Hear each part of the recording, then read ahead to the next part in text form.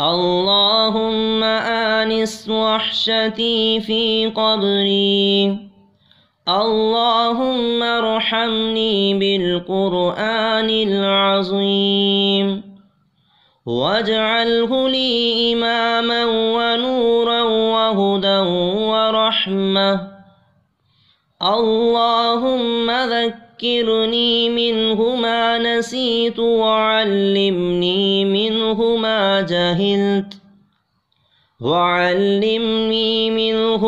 جهلت وارزقني تلاوته آناء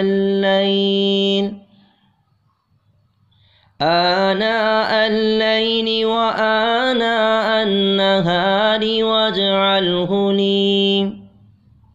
واجعله لي حجة يا رب العالمين.